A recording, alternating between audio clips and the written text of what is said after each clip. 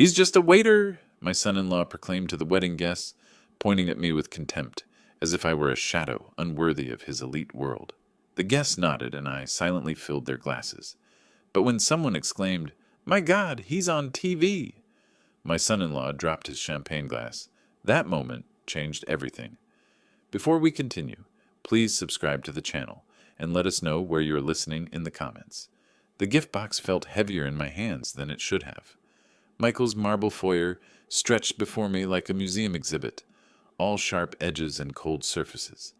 Sophia appeared from the kitchen, her smile bright but strained. "Dad, you made it!" She kissed my cheek, glancing at the wrapped box. "What's that?" "Grandfather's watch," I said, my voice steadier than I felt. "Thought Sophia might want it for the wedding." Michael emerged from the living room, wineglass in hand, surveying me like I'd tracked mud across his Persian rug. His gaze lingered on my pressed khakis and polo shirt, my best clothes, but clearly not enough for his standards. "James!" His handshake was brief, dismissive. "Still working at that Italian place?" "Bella Vista, yes." I kept my voice level. "Antonio's been good to me." Michael's attention shifted to the gift. "What's in the box?" Sophia bounced on her toes. "Grandpa's watch. Dad, can I see it?" I unwrapped it carefully, revealing the gold pocket watch that had belonged to my father. Sophia's eyes widened, but Michael barely glanced at it. "Vintage," he said flatly. "Probably worth something to a collector." The dismissal stung. This wasn't about money. It was about family, about history. But before I could explain, Aunt Mary called from the dining room. "Dinner's ready." We moved to the table, another showcase of Michael's wealth. Crystal glasses caught the light from an ornate chandelier. I took the seat Sophia indicated, feeling increasingly out of place among the expensive settings. "So," I began, attempting conversation, "the wedding planning must be exciting. How many guests are you expecting?" Michael cut his steak with surgical precision. "We're keeping it intimate. Close friends, professional associates." "My colleagues from the firm," Sophia added. "Michael's business partners. Family, of course." "Of course," Michael echoed, but something in his tone made me look up. The conversation continued around me. Wedding venues, catering choices, flower arrangements. I listened, offering occasional comments, but Michael's responses grew shorter, his glances more pointed. Finally, he set down his fork. "James, I think we should discuss something." Sophia's fork paused halfway to her mouth. "Michael, it's about the wedding," he continued, his voice taking on a boardroom authority. "I've been thinking about the guest list, the atmosphere we want to create." My chest tightened. "What about it?"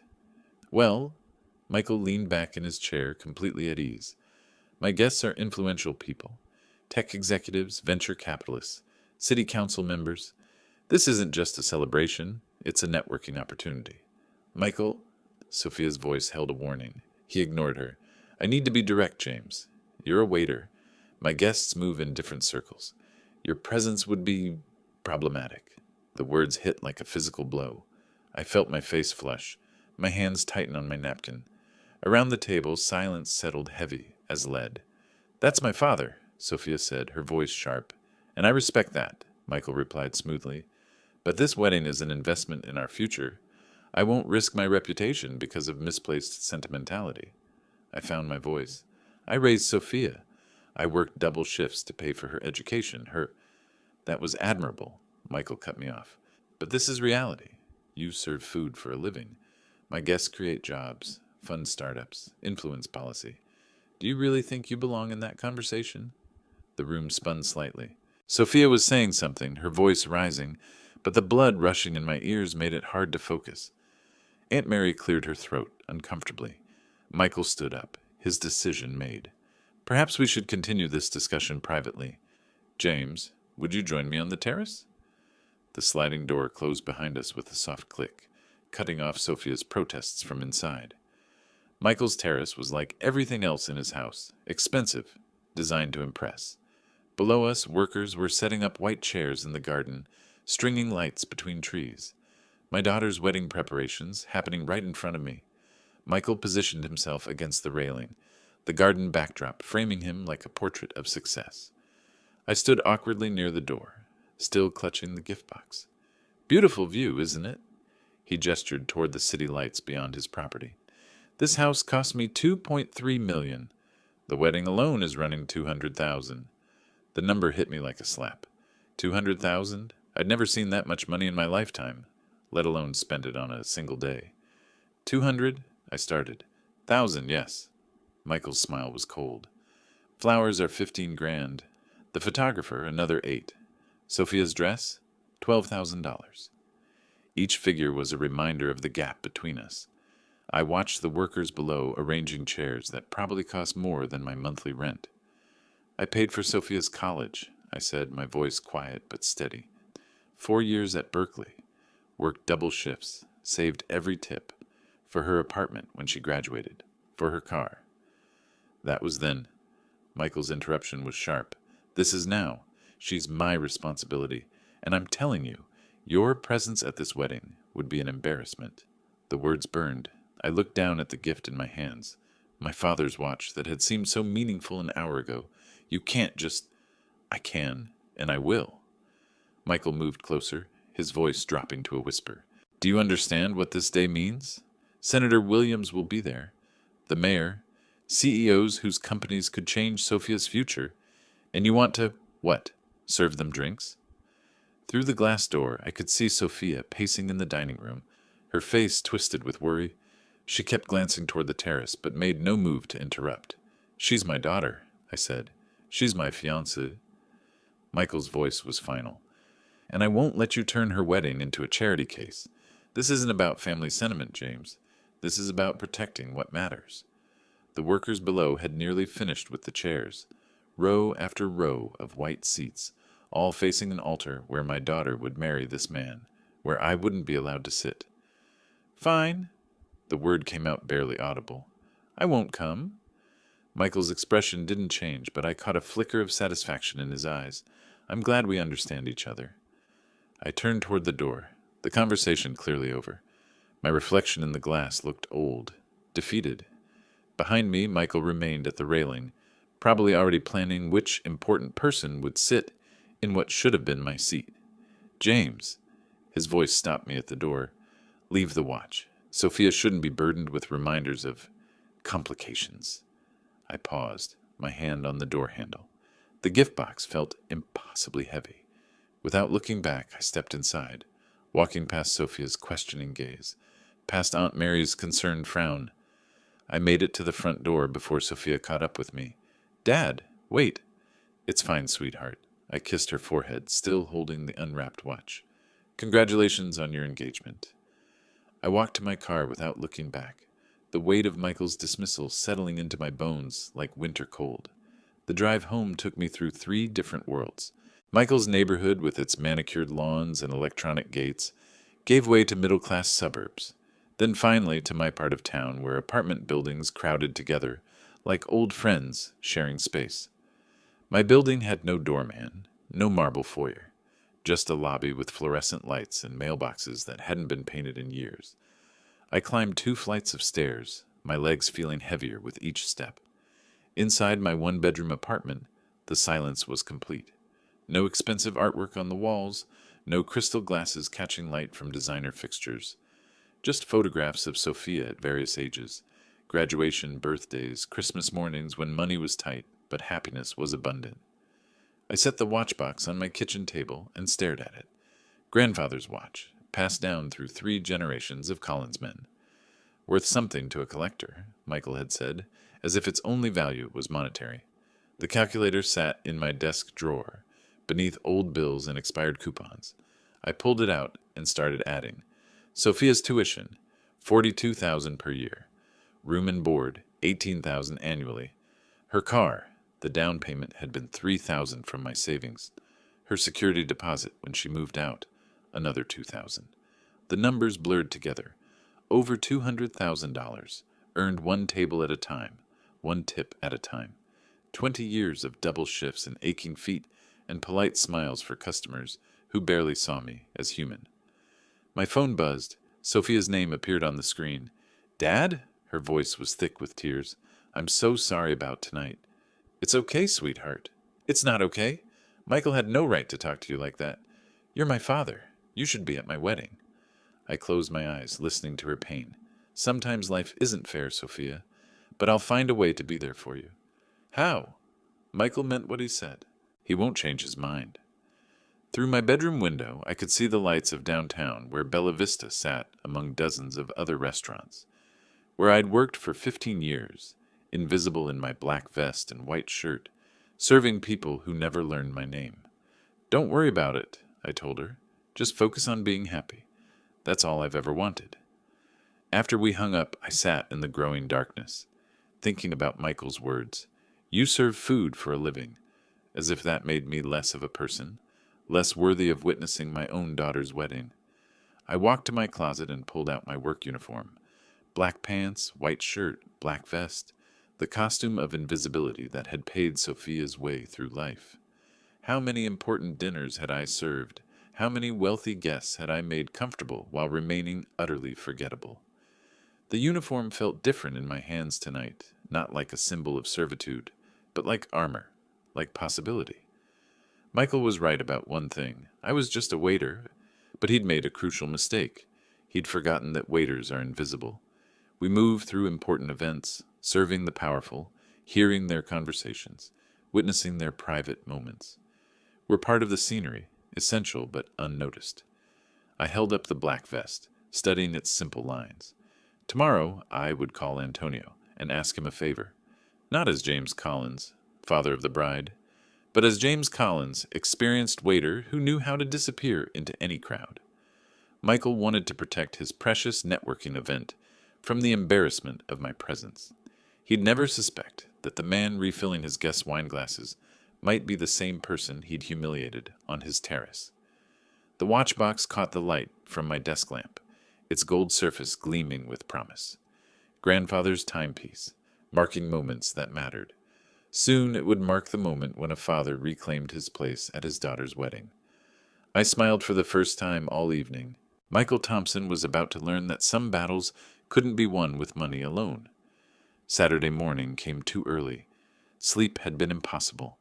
My mind cycling through Michael's words, Sophia's tears, the weight of what I was planning. By 8:30 I was dressed and driving toward Bella Vista, the familiar route offering no comfort today. The restaurant looked different in morning light. Empty dining rooms always felt larger, more honest somehow. No guests to perform for, no masks to wear, just tables, chairs, and the quiet hum of preparation. Antonio's SUV sat in the staff parking lot. Good. I needed this conversation to happen before the lunch rush, before other servers arrived with their weekend energy and gossip. Inside, the coffee machine was already brewing. Antonio stood at the prep station, slicing onions with mechanical precision, his weathered hands moving in practiced rhythm. 20 years of friendship had taught me to read his moods. Today he seemed troubled. "You're early," he said without looking up. "Saturday shifts don't start until 10. "Couldn't sleep?" I poured coffee into 2 mugs, adding sugar to his the way he liked it. The ritual felt important, grounding. "Antonio, I need to ask you something." He accepted the coffee, finally meeting my eyes. Lines around them spoke of long nights and difficult decisions, the weight of keeping a family business alive in an expensive city.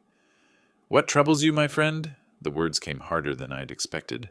"Tomorrow is Sophia's wedding." "Ah, yes, at the big house in Hillsborough. Very fancy." He sipped his coffee. "You must be proud." "I am, but there's a problem." I leaned against the counter, choosing words carefully. "Her fiancé doesn't want me there." Antonio's knife stopped moving. "What do you mean?" "He thinks I'm not good enough for his guests." "Too embarrassing. Just a waiter," he said. The silence stretched between us. Antonio set down his knife, his expression shifting from confusion to something harder. "This man, he said this to you?" "Last night, told me not to come to my own daughter's wedding." Antonio's hands clenched into fists. In his voice I heard the echo of every slight he'd endured as an immigrant, every time someone had looked through him like he didn't matter. What kind of man turns away a father from his daughter's wedding? The kind who cares more about appearances than family. I took a deep breath. "That's why I need your help." His eyebrows rose. "What can I do?" "Hire me to work the wedding, just for tomorrow. One day." Antonio stared at me like I'd suggested robbing a bank. You want to work your own daughter's wedding? James, that's crazy. It's the only way to be there. Michael can't forbid a waiter from working his event. I'll be invisible, just part of the service. But I'll see her walk down the aisle. I'll be there when she says her vows. He shook his head slowly. This is not right. A father should sit in the front row, not serve drinks to strangers. Sometimes we don't get what should be. We take what we can get. Antonio returned to his onions, cutting with more force than necessary. The knife blade caught the morning light, flashing like his changing expressions. You really want to do this thing? I've never wanted anything more. Another long silence. Outside, delivery trucks rumbled past, starting their daily routes. Normal Saturday morning sounds for everyone except me. The catering company, they handle the service, Antonio said finally. But I know the manager, Giuseppe Torino. We worked together years ago. My chest tightened with hope. Would he add me to the crew? For you? Yes. Giuseppe owes me favors. Antonio wiped his hands on his apron. You're sure about this, James? Once you start serving that man's guests, there's no going back. No dignity in retreat. My dignity isn't in question here. His is. Antonio studied my face, searching for doubt he wouldn't find.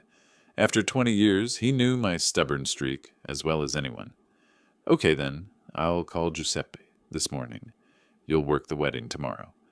Relief flooded through me like warm coffee on a cold morning. Thank you, Antonio. I won't forget this. You're a good man, James Collins. If that fancy son-in-law can't see it, that's his blindness, not your fault. I finished my coffee, already mentally preparing for tomorrow. Black pants, white shirt, bow tie if required, the uniform of invisibility that would let me witness the most important day of my daughter's life. What time should I be there? Setup starts at 11.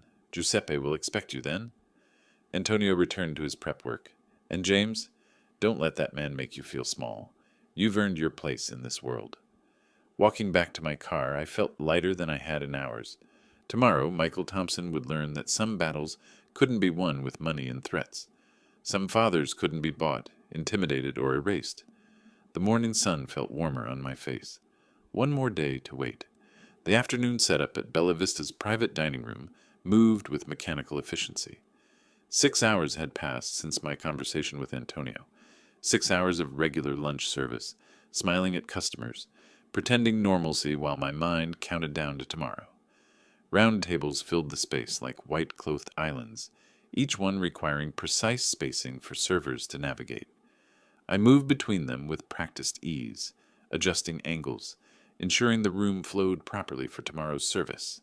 Crystal glasses caught light from the chandeliers Antonio had installed last year, each table setting a small masterpiece of folded napkins and polished silverware. Sophia's wedding reception would be beautiful, even if I'd only see it from the kitchen's perspective. The sound of voices from the lobby made me look up. Sophia's laugh carried through the doorway, bright and nervous, followed by heavier footsteps on marble floors. Michael's voice cut through the afternoon quiet. The flowers should be positioned there, not blocking the dance floor. My hands stilled on the tablecloth I was adjusting. They were here for the final walkthrough, checking details for tomorrow's perfection. I hadn't expected this, hadn't prepared for seeing them before the wedding day.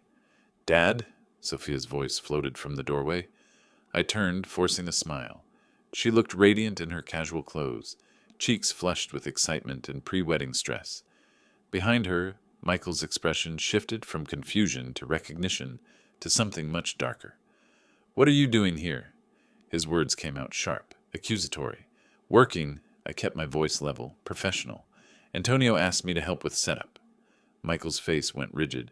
You can't be serious. Sophia stepped between us, her wedding glow dimming. What's wrong now?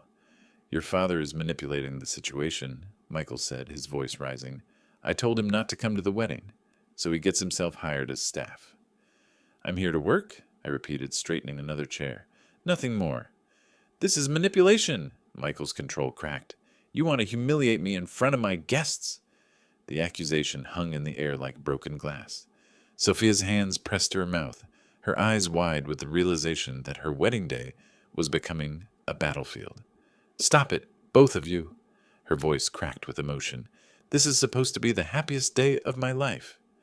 Michael pointed at me like I was contaminating his perfect event. He's doing this on purpose, making himself the victim, forcing his way into spaces where he doesn't belong. I belong wherever my daughter is, I said quietly. Not anymore. Michael's mask of civility finally slipped completely.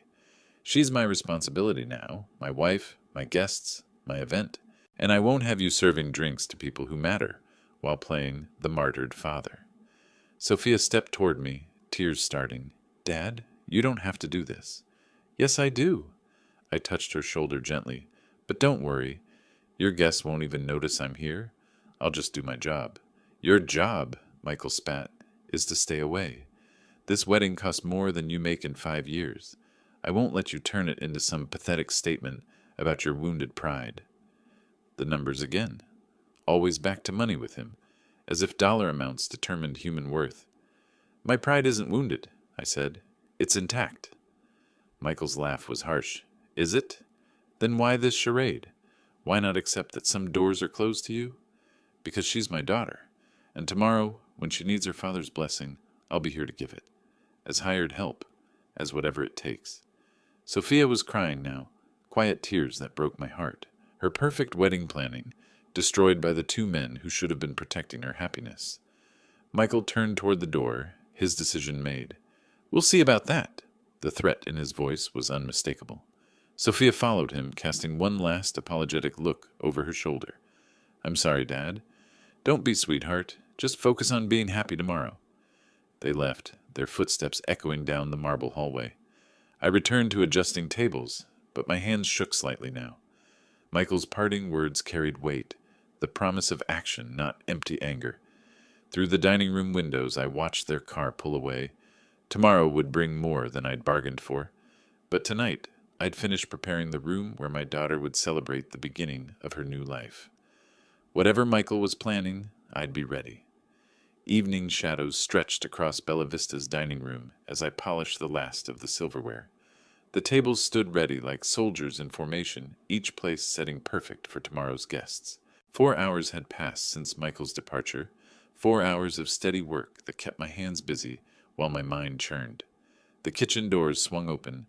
Antonio emerged from his office, his expression serious in a way that made my stomach clench. Something had changed in the hour since I'd last seen him. James, my friend? His voice carried weight. We need to talk. I set down the silver serving spoon I'd been polishing. What happened? Antonio pulled out a chair at the nearest table, settling his bulk into it like a man carrying bad news. The gesture itself was telling. Antonio rarely sat during work hours. Your son-in-law came back. My hands stilled. When? Hour ago. Drove up in that expensive car, marched in here like he owned the place. Antonio's weathered face hardened. Made me an offer I was supposed to find irresistible. The words hit like cold water. Michael hadn't accepted defeat on the terrace. Of course he hadn't. Men like him didn't accept anything that challenged their control. What kind of offer? Antonio leaned forward, his voice dropping. $5,000, cash, for not letting you work tomorrow. The number stunned me. 5,000 was more than I made in 2 months. Money that could transform Antonio's struggling restaurant. The casual dismissal of such an amount revealed how desperate Michael had become. What did you tell him? I told him principles aren't for sale. Antonio's eyes flashed. Then he got angry. Started talking about health inspectors, liquor license reviews, how many important people he knows in city government. My chest tightened. Michael wasn't just trying to buy Antonio's cooperation. He was threatening his livelihood, the family business that had taken 20 years to build. Antonio, you don't have to. Stop. He held up a weathered hand. You think I survived 20 years in this business by backing down from bullies? Your son-in-law, he made a mistake. He showed me who he really is. The quiet intensity in Antonio's voice was more frightening than any shouting. This was a man who'd built something from nothing, who understood the difference between strength and power. What exactly did he say? That you were obsessed, unstable, that letting you work would endanger his guests' safety. Antonio's mouth twisted with disgust. Then he offered more money.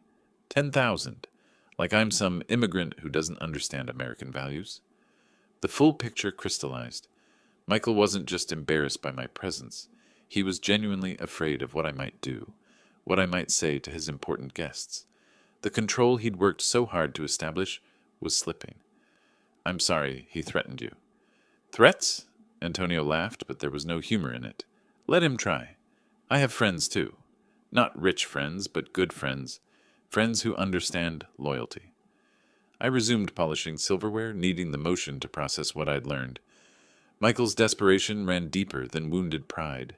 This was about something fundamental, his need to control every aspect of his world, to eliminate any variable that might expose his insecurities. "So what happens tomorrow?" "Tomorrow you work." Antonio stood, decision made. "Giuseppe expects you at 11. And if your son-in-law wants to make trouble, he'll discover that immigrants know how to fight back." The silverware gleamed under the dining room lights, each piece reflecting a distorted image of my face. Tomorrow, I'd use these same utensils to serve Michael's guests, moving through his perfect event like a ghost he couldn't exorcise.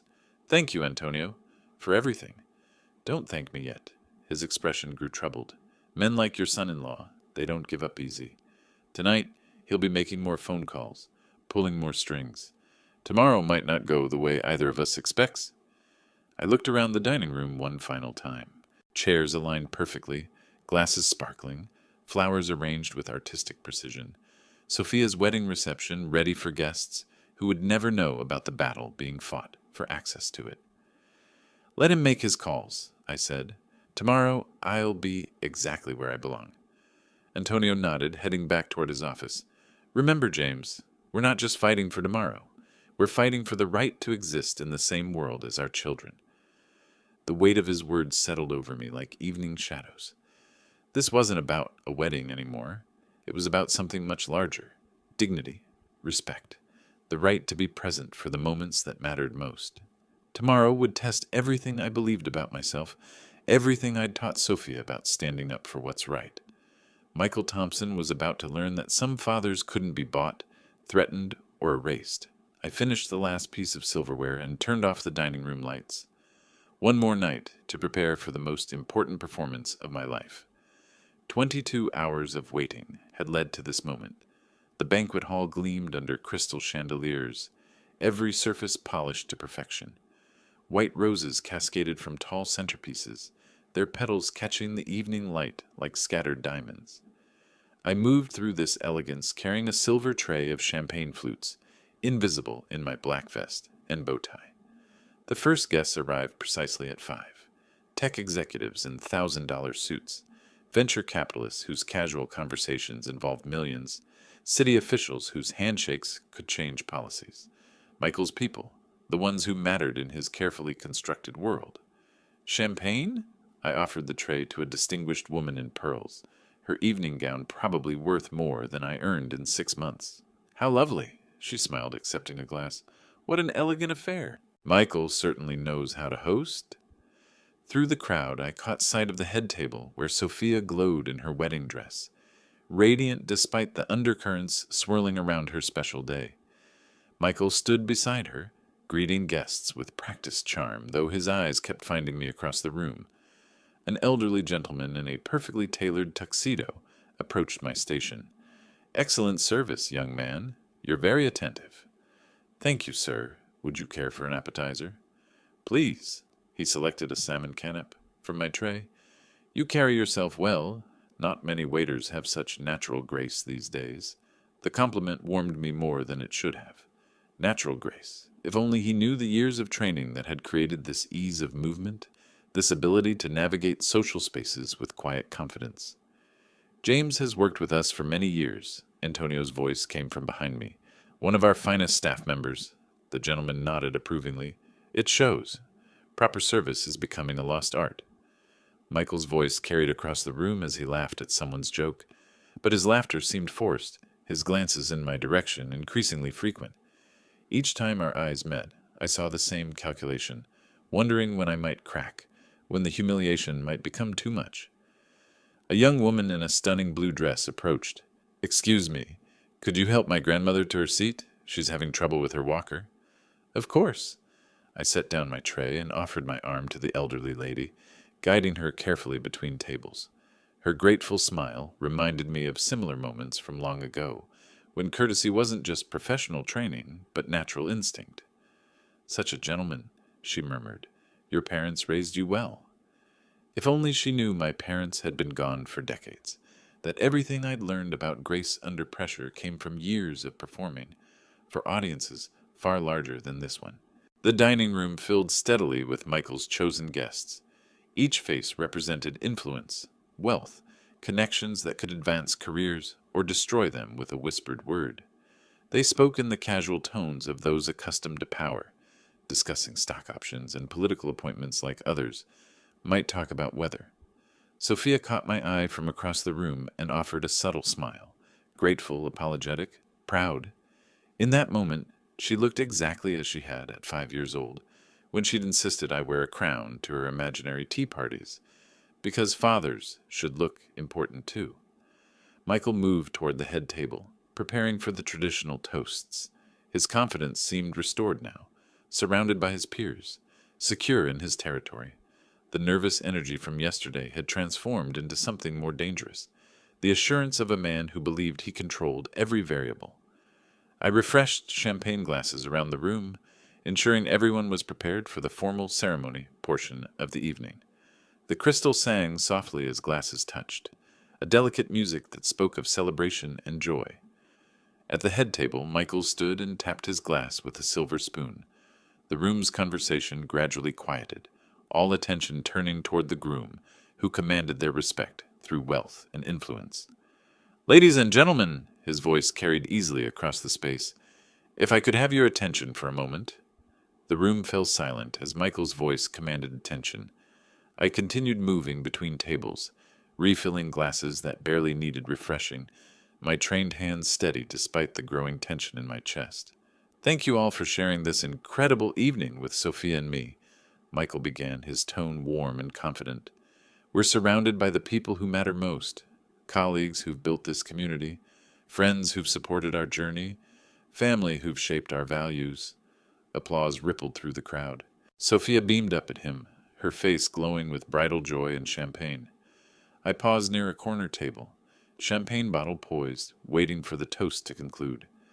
Michael's expression shifted subtly, his eyes finding mine across the room.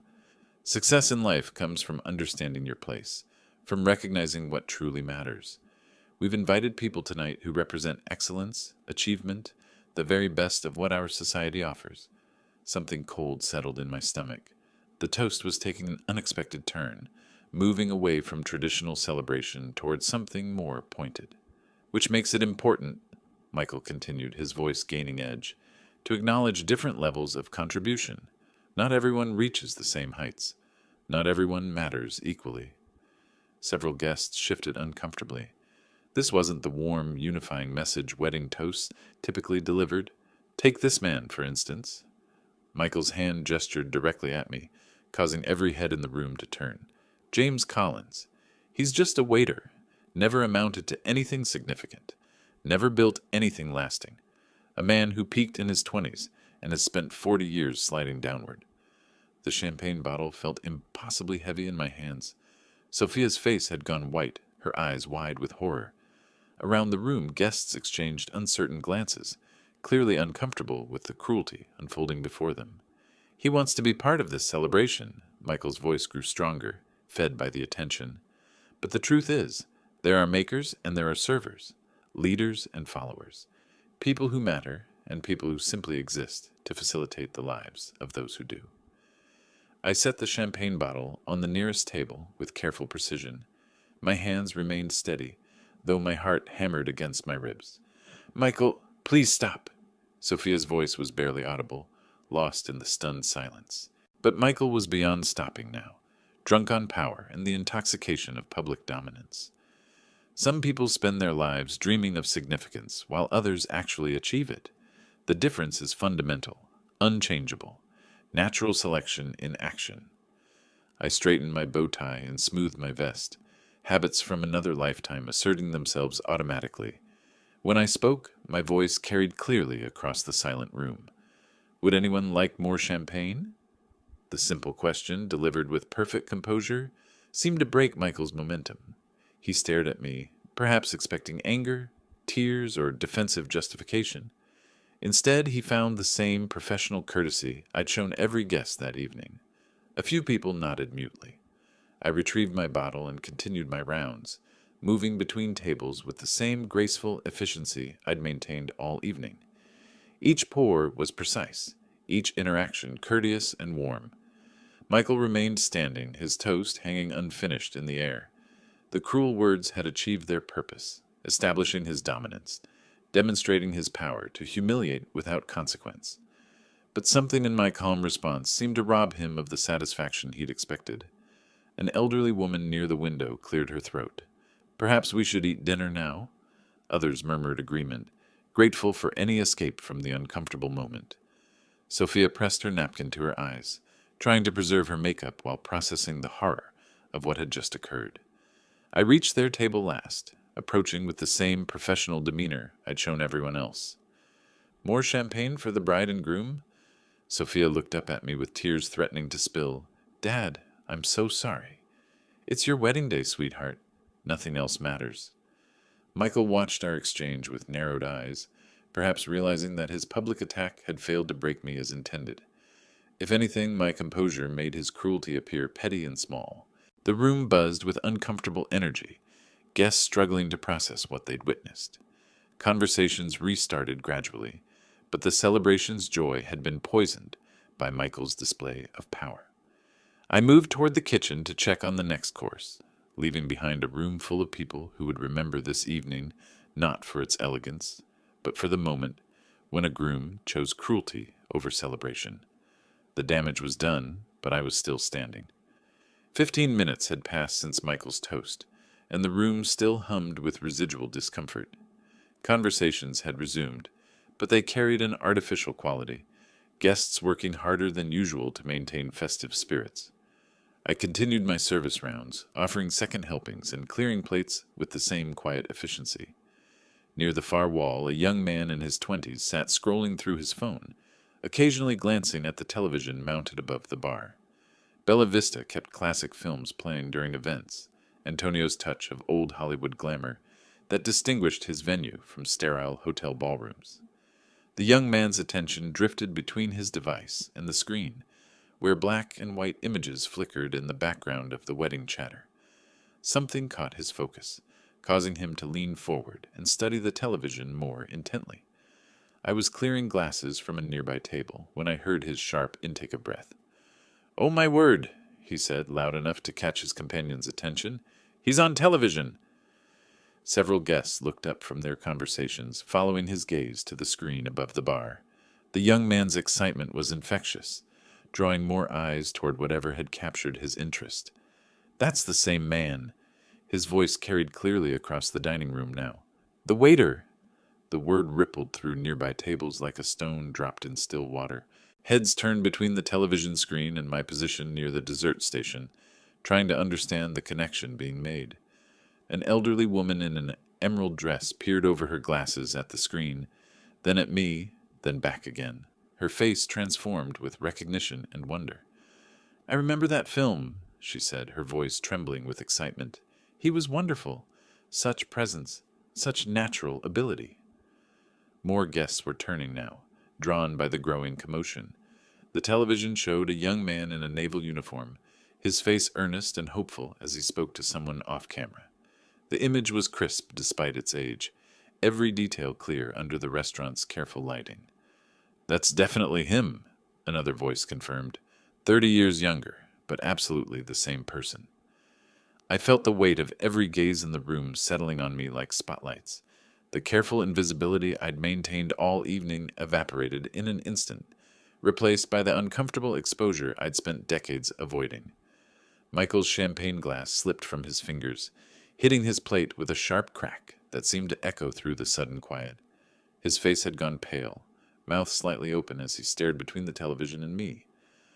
"Ladies and gentlemen," the young man called out, now standing in his excitement, "we have a genuine movie star serving our champagne." The revelation spread through the room like wildfire. Guests pulled out phones, searching movie databases and streaming services.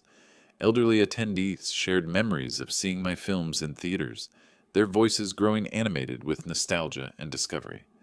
James Collins, one woman read from her phone. 7 major films between 1988 and 1995. Golden Globe nomination for Atlantic Crossing. Sophia's hands pressed to her mouth, her eyes wide not with shame but with dawning understanding. She was seeing her father's sacrifices through new eyes, comprehending the magnitude of what he'd given up for her future. I continued clearing the table in front of me, my movements unchanged despite the scrutiny. The young man on the television screen delivered his lines with passion and conviction, while the older man in the dining room simply did his job. "Why didn't you say anything?" a guest called out, his tone respectful rather than mocking.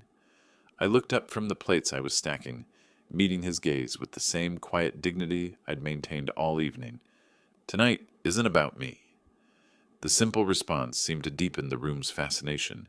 Here was a man who had commanded theater screens, who had been recognized and celebrated, now serving champagne without seeking recognition or special treatment. Michael remained frozen at the head table, his elaborate plans for dominance crumbling around him. The man he'd publicly dismissed as insignificant had just been revealed as someone who had achieved exactly the kind of recognition Michael desperately craved. Around the room, phones emerged as guests searched for clips and photographs, eager to connect their glamorous discovery with the gracious server who had impressed them all evening. The television continued playing, indifferent to the drama unfolding in its glow. The room pulsed with excited whispers and pointing fingers. Guests huddled around phones, searching for clips and photographs, their faces bright with the thrill of discovery. I continued holding my empty serving tray, feeling the weight of every gaze but maintaining the same professional posture I'd carried all evening. The whispers grew louder. 7 films between 1988 and 1995. Golden Globe nomination. I remember seeing him in theaters. The excitement was infectious, spreading through the dining room like ripples on a pond. I set my tray on the nearest table and slowly untied my apron. The simple gesture felt monumental, like removing a costume I'd worn for too long. Beneath it, my white shirt and black vest remained, but something fundamental had shifted. "Yes," I said, my voice carrying easily across the suddenly quiet room. "That's me in the film. I was once an actor." The admission seemed to release something in the air. Guests leaned forward, drawn by the quiet confidence in my tone. "But when Sophia was born," I continued, glancing toward my daughter's tear-streaked face, "I chose family. I chose love over spotlights, steady work over uncertain fame, and I've never been ashamed of serving others, of honest work that paid for my daughter's education and future." Sophia pushed back her chair and moved toward me, her wedding dress rustling against tables as she navigated through the crowd. Other guests stepped aside, creating a path between us. "Dad?" Her voice broke on the word. "Why didn't you ever tell me?" I reached out and took her hands, feeling their tremor through her white gloves. "The past doesn't define us, sweetheart. What matters is that I'm here, with you, on the most important day of your life." Tears spilled down her cheeks, carrying mascara in dark trails. "You gave up everything for me." "I gained everything," I corrected. "A daughter who became an extraordinary woman. 28 years of watching you grow, learn, succeed. No role could have given me that." Around us, the room had fallen completely silent. Even the kitchen staff had emerged from their station, drawn by the emotion unfolding in their dining room. An elderly man near the windows stood first. "You're a true gentleman, sir." The words seemed to break a dam. Other guests rose, their applause starting tentatively but growing stronger. Soon the entire room was standing, celebrating not the revelation of a former celebrity, but the recognition of genuine character. "To James!" someone called out. "To real men who choose family," another voice added. The applause continued, warm and sustained. I looked around at faces that had witnessed my humiliation an hour earlier and now showed nothing but respect and admiration. Sophia wrapped her arms around me, her wedding veil cascading over both our shoulders. "I'm so proud to be your daughter." At the head table, Michael remained seated, his face pale and his champagne glass forgotten in his hand. The man who had publicly dismissed me as insignificant now faced the reality of what he'd done. Humiliated a respected actor in front of people who would remember this moment for years. The applause gradually faded, but the energy in the room had completely transformed. Guests approached with warm handshakes and genuine smiles, no longer seeing a servant, but recognizing a fellow human being worthy of respect. "Mr. Collins," a young woman said, "I just found clips from Atlantic Crossing online. Your performance was incredible." "Thank you," I replied simply, "but tonight belongs to Sophia and Michael."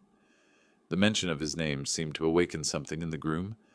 Michael stood slowly from his chair, his movements uncertain, like a man learning to walk again after a long illness. Our eyes met across the room, and I saw something I hadn't expected: genuine shame, the first crack in his armor of arrogance and control.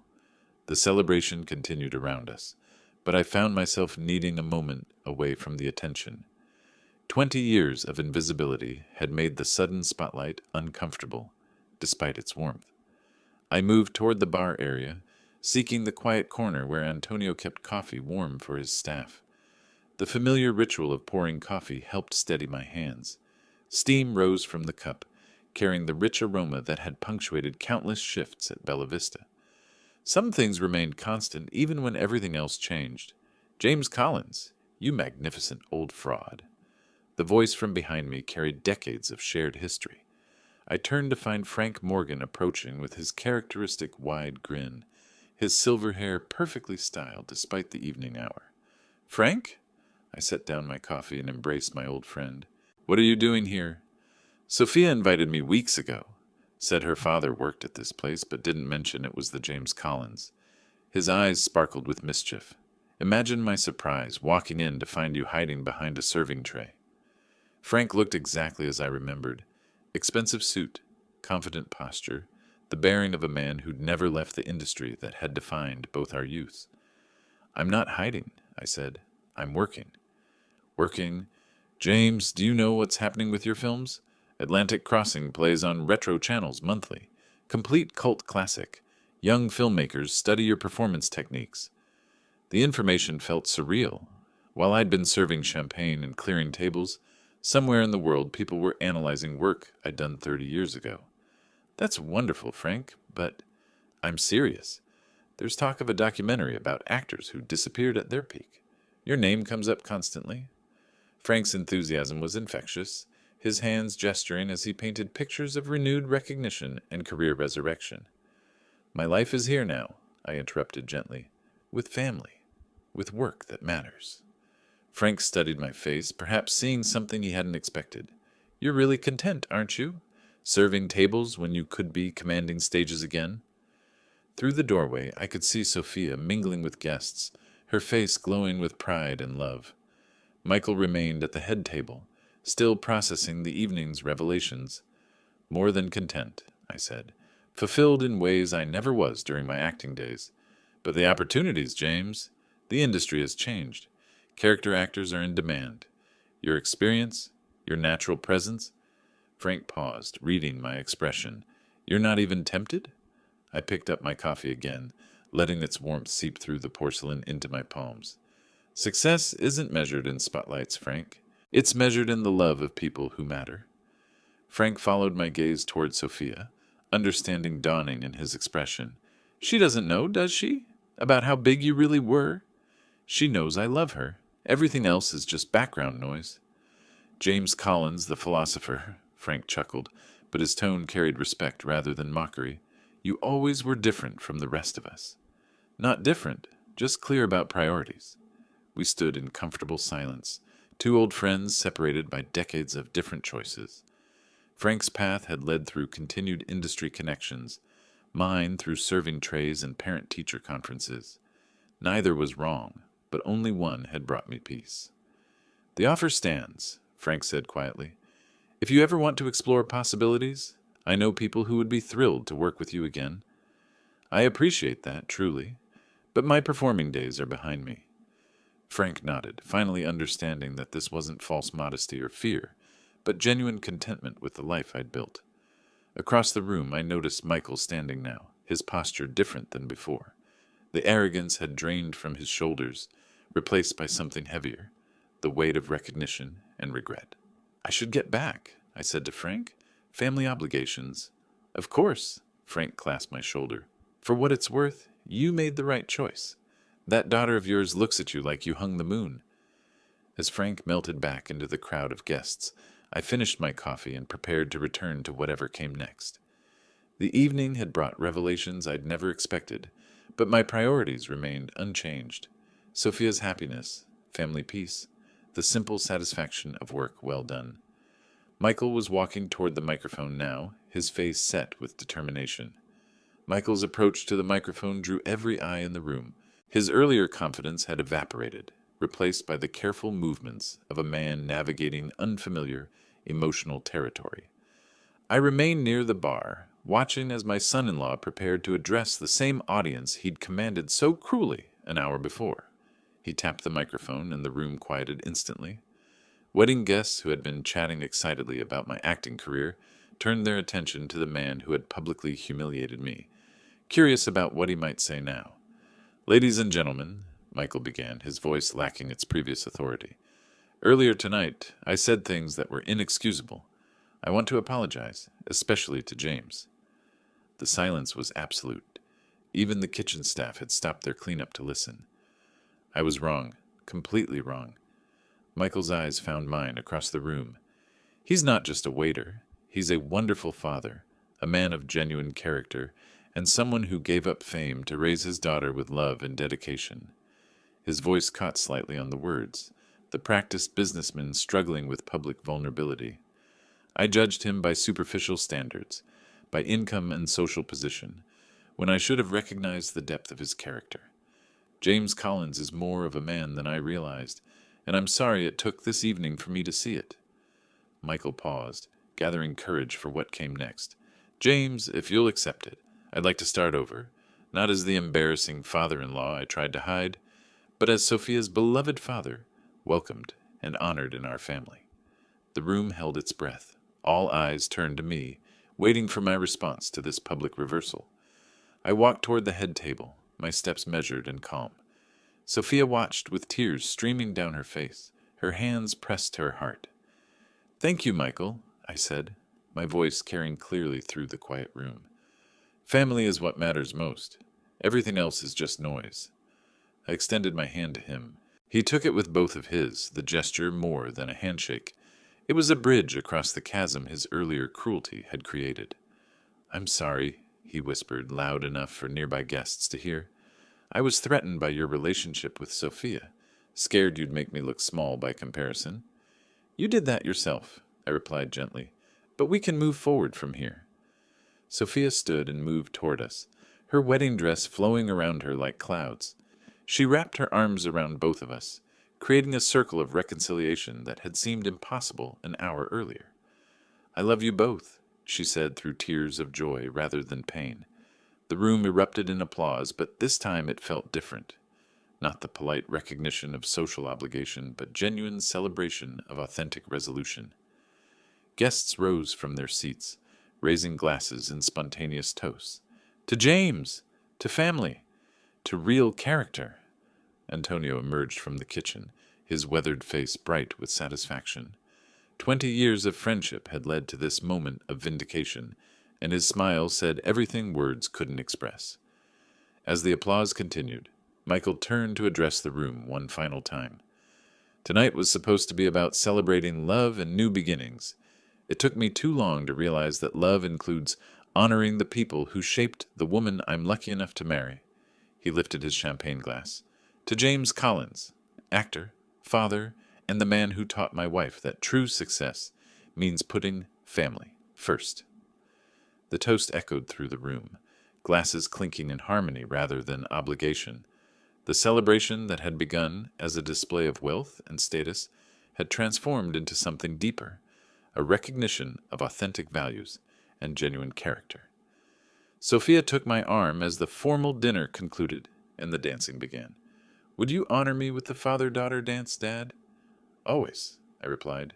As we moved onto the dance floor, I caught sight of my reflection in the mirrors along the wall, still wearing my waiter's vest and bow tie, but somehow looking different.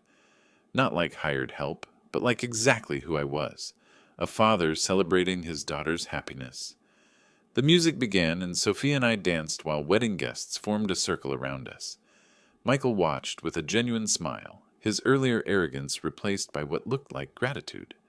Frank appeared at the edge of the crowd, raising his glass in a subtle salute to the man who had chosen love over acclaim, and found both in the end. If you like this story, please like this video, subscribe to the channel, and share your impressions of this story in the comments. To listen to the next story, click on the box on the left. Thank you for watching.